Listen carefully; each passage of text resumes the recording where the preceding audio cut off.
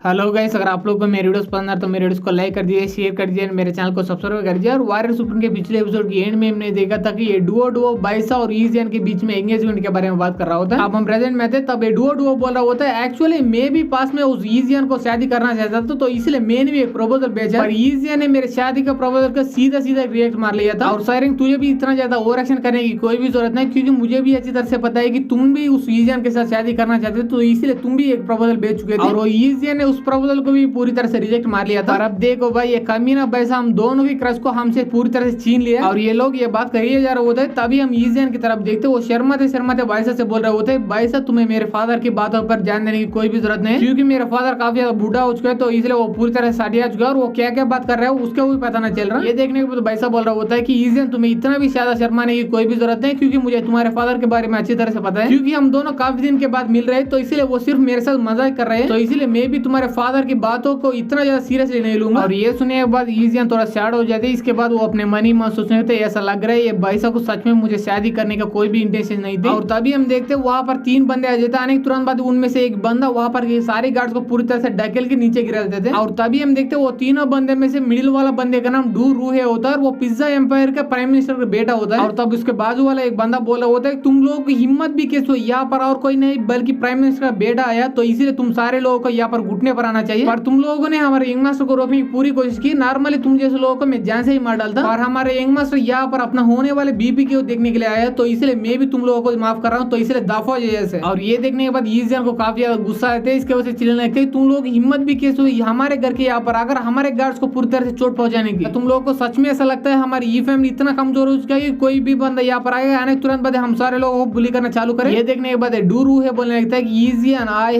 है, तुम गुस्से में भी काफी ज्यादा खूबसूरत लग रहे हो, तो इसलिए प्लीज मुझे और भी वेट मत करवाओ, मेरे साथ तुरंत ही आ जाओ, आने के तुरंत बाद हम दोनों को शादी कर लेंगे। इतने में उसके सामने हुआंग डुओ आ जाता है, आने के तुरंत बाद बोलने लगते हैं, तुम जैसे कमीने को उसके साथ शादी करने के नहीं बल्कि उसको देखने की भी परमिशन नहीं मिलना चाहिए, क्योंकि तुम्हारे पास इतना औकात बिल्कुल ही नहीं है, तो इसलिए मेरे बात मानो और दफा हो जाए। ये सुनने के बाद उस डू है वो काफी ज्यादा गुस्सा आते हैं, इसके वजह से वो अपने गार्ड को उस डुओ की तरफ भेजते हुए बोल रहा होता है कि गार्ड मैं तुम्हें परमिशन दे रहा हूँ, जाने के तुरंत बाद वहां पर उस बंदे को जान से मार लो, उसके बाद जो कांड होगा वो सारे कांड को मैं संभाल लूंगा। ये सुनने के बाद ठीक है यंग मास्टर बोल के वो गार्ड भी अपना पूरा एनर्जी रिलीज करता हुआ डुओ की तरफ बढ़ने लगता है। ये देखने के बाद डुओ उस बंदे के साथ फाइट करते हुए बोल रहा होता है, अगर तुम्हारे पास हिम्मत है तो इस बंदे को नहीं बल्कि तुम ही डायरेक्ट आ जाओ, तभी तुम्हें भी अच्छी तरह से पता चल जाएगी कि मेरे पास कितना औकात है और तुम्हारे पास कितना औकात है। और तभी हम बाइसा की तरफ देखते वो अपने मन ही मन सोचने लगता है, अरे यार इस गार्ड की एनर्जी तो मुझे जानी पहचान लग रही है। और तभी हम देखते हैं वहां पर वो जियान आ जाता है, आने के तुरंत बाद बोलने लगता है कि मिस्टर डूरू है, आपको मैंने पहले ही बोल दिया था कि अपनी हस्बैंड को खुद ही चूज करने का डिसीजन खुद ही मेरे बेटी की है, और मेरे बेटी को आप बिल्कुल भी पसंद नहीं आया है, तो प्लीज आप यहाँ से चले जाइएगा, वरना मुझे सीधा आपके फादर के पास जाकर आपके बारे में कंप्लेंट करना पड़ेगी। ये सुने तुरंत बाद वो डूरू है स्क्रोल को निकालता है, निकालने के तुरंत बाद इसको दिखाते हुए बोल रहा होता है कि अंकुल मुझे मेरे फादर के बारे में चिंता करने की कोई भी जरूरत है, क्योंकि मैं यहाँ पर सीधा इंपीरियल ऑर्डर के साथ आया हूँ, तो इसलिए इसके बारे में मेरे फादर भी यहाँ पर कुछ भी नहीं कर गया, तो इसलिए आप भी बोल दीजिए अंकुल कि क्या तुम अब तुम्हारे बेटी को मेरे साथ शादी करवाने के लिए रेडी हो क्या? अगर तुम इस इंपीरियल ऑर्डर को देखने के बाद भी तुम्हारे बेटी को मेरे साथ शादी करवाने के लिए रेडी नहीं हो, तो उसके बाद तुम्हें भी अच्छी तरह से पता है कि तुम्हारा अंजाम काफी ज्यादा बुरा होने वाला है आगे जाकर। ये देखने के बाद ईजियन बोलने लगता है, उस इंपीरियल ऑर्डर से मुझे घंटा भी फर्क नहीं पड़ता। ये सुनने के बाद उसे रोकते हुए बाइसा बोल रहा होता है कि डूरू है, तुम भी अब देख सकते हो ये ईजियन उस इंपीरियल ऑर्डर को भी नहीं मान रही, तो इसलिए तुम्हारे पास अब एक ही चॉइस बचा है, और वो चॉइस है कि इस ईजियन का फियांसे को जान से मार डालना, और एक बार तुम इसके फियांसे को जान से मार डालोगे उसके बाद उसका पास और कोई चॉइस ही नहीं बचेगा तुम्हारे पास आकर तुम्हारे साथ शादी करने के अलावा। ये सुनने के बाद ये डूरू है बोलने लगता है कि तभी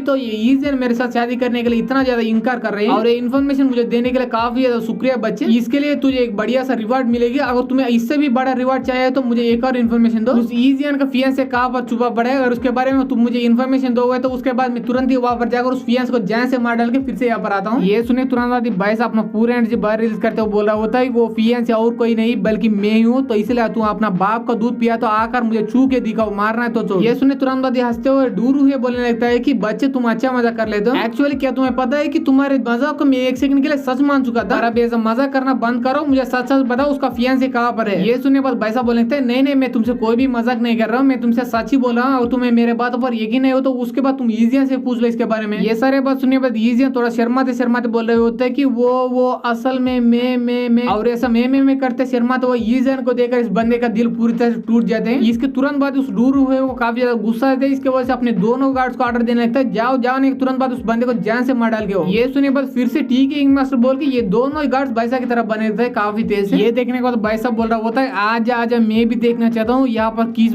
बंदे को मार डालता है। इसके बाद ये अपने एक हाथ को पीछे करते हुए बोला होता है ईजियन तुम तुरंत ही पीछे हट जाओ वरना ये सारे कमीने के खून तेरे ड्रेस के ऊपर गिर जाएगा। और यही प्रोसेस में इसका हाथ बाई मिस्टेक ईजियन के अरमान के ऊपर टच हो जाती है। और ये देखने के बाद ये ड्यूरू है और उसके दोनों गार्ड्स पूरी तरह से हिल जाते हैं। और इसे देखने के बाद ये डुओ बोला होता है कि मानना पड़ेगा कैजिन तुम्हें मानना ही पड़ेगा क्योंकि तुम्हारे पास काफी ज्यादा हिम्मत तो है। तब ये फिंक्शन बोलने लगता है तुम दोनों पहले एंगेज हो चुके होंगे पर ऐसा पब्लिक में करना काफी ज्यादा गलत बात है। और तब मास्टर सुवांग बोलने लगता है आय हाय आजकल के यूथ तो कुछ ज्यादा ही फास्ट हो चुके हैं। और तभी हम बैसा की तरफ देखते हैं वो अपना हाथ को वहां से अभी तक नहीं निकाल चुका होता और वो बोलने लगता है कि तुम सारे लोग किसके बारे में बात कर रहे हो और मेरे हाथों में ये साफ चीज क्या है। और तभी अब एक सेकंड के बाद का तब हम देखते हैं बैसा के गाल के ऊपर एक थप्पड़ के निशान पड़ चुके होते हैं और हमारा ईजियन काफी ज्यादा गुस्से में भी दिख रहे होते हैं। और तब बैसा बोलने लगता है तुम लोग वहां पर खड़े होकर मेरे मुंह क्या देख रहे हो, क्या तुम लोग ऐसा होते हुए कोई भी मानव में या कोई भी एनिमे में पहले नहीं देख चुके हैं क्या, तो इसलिए तुम लोग तुरंत ही मेरे पास आ जाओ वरना मैं ही तुम्हारे पास आ जाऊंगा। ये सुने तुरंत बाद वो दोनों गार्ड्स अपना पूरा एनर्जी बाहर रिलीज करते हुए बैसा की तरफ अटैक करने के लिए काफी तेज से बनने लगते हैं। और इसे देखने के बाद ये डू रूहे बोलने लगता है कि ये गार्ड्स ऐसे वैसे गार्ड नहीं बल्कि हमारा किंगडम का स्पेशल गार्ड्स वुल्फ गार्ड्स है और उसके साथ साथ ये काफी ज्यादा स्ट्रॉन्ग कल्टिवेटर्स भी है, तो इसीलिए ये लोग तुम्हें कब मारेंगे और इसके वजह से तुम कब मार जाओगे उसके बारे में तुझे भी नहीं पता चलेगा। ये सुने बाद बैसा एक जोरदार अटैक को प्रिपेयर करते हुए बोल रहा होता है कि मैं तुम्हारे जैसे दयावान बिल्कुल भी नहीं है, तो इसलिए तुम दोनों को कब मार डालेगा उसके बारे में पता ही देता हूँ। और वो है अभी इसी सेकंड में, ये बोल के वो जोरदार अटैक वो दोनों के ऊपर कर देता है। इसके वजह से वो दोनों उस अटैक को संभाल नहीं पाते, इसके वजह से वो दोनों काफी दूर जाकर से गिर जाते हैं। और इसे देखने के बाद ये सायरन हिल जाता है और पूछने लगता है कि मास्टर सुवांग ये किस तरह का टेक्निक है, क्योंकि इस तरह का टेक्निक को मैं पहले कभी भी नहीं देख चुका हूँ। ये सुनने के बाद मास्टर सुवांग बोलने लगता है कि तुम ही अकेला नहीं बल्कि इस दुनिया के अंदर कोई भी बंदा इस तरह का टेक्निक को पहले कभी भी नहीं देख चुका होगा, क्योंकि पहले इस दुनिया के अंदर इस जैसा टेक्निक बिल्कुल भी है ही नहीं थी। इसका मतलब हमारे बैसा ने अभी इस टेक्निक को बनाया है और मुझे पूरा यकीन है कि बैसा अकेला इस टेक्निक को नहीं बना चुका होगा बल्कि अपने फेमिलियर बीस्ट के टेक्निक को यूज करके और अपना टेक्निक के साथ कंबाइन करके इस टेक्निक को बना चुका होगा। और तब मैं डू रूहे की तरफ देखते वो अपने गार्ड को देखकर चिल्ला रहा होता है कि वही गार्ड तुरंत उठ जाओ और जाकर उस बंदे को जान से मार डालो वरना तेरा अंजाम काफी ज्यादा बुरा होगा। और तभी हम देखते हैं उसी बंदे के पास हमारा बैसा आ जाता है। आने के तुरंत बाद पूछने लगता है कि मुझे सच बताओ तुम्हारे सारे डेलीगेसी क्लब के मेंबर्स कहां पर छुपे पड़े। ये सुनने के बाद सामने वाला गार्ड बोल रहा होता है तुम किसके बारे में बात कर रहे हो, उसके बारे में मुझे कुछ भी नहीं पता। ये सुनने के बाद बैसा बोलने लगता है कि मेरे सामने झूठ बोलने की कोशिश भी मत करो क्योंकि मुझे अच्छी तरह से पता है कि जो टेक्निक को यूज करके तुमने मेरे दोस्त के साथ फाइट किया वो सारे डार्क टेक्निक्स थे और मुझे ये भी अच्छी तरह से पता है कि तुम ये सारे डार्क टेक्निक्स को किसी और से नहीं बल्कि यंग मास्टर जियान से सीख चुके हो। ये सुनने के बाद गार्ड बोलने लगता है नहीं तुम पूरी तरह से गलत हो क्योंकि उस बंदे के पास उतना औकात ही नहीं मुझे सिखाने के लिए। ये सुनने के बाद बैसा बोलने लगता है कि